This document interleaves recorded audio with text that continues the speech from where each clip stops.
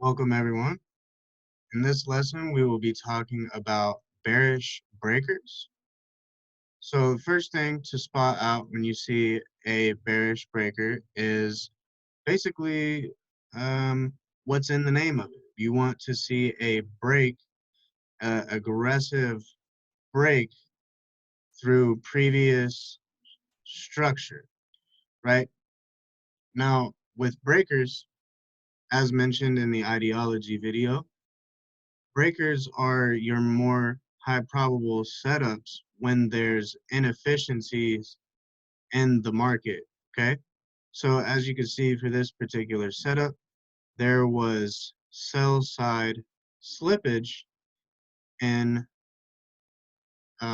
in the process of breaking this structure, okay? So a way to capitalize on this is when you spot the break of structure and you notice the inefficiency, right? Wait for price to correct itself back up to your point of interest.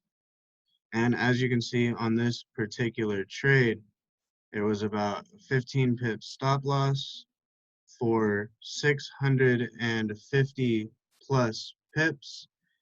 Um, that is amazing risk to reward off of this simple concept in the market.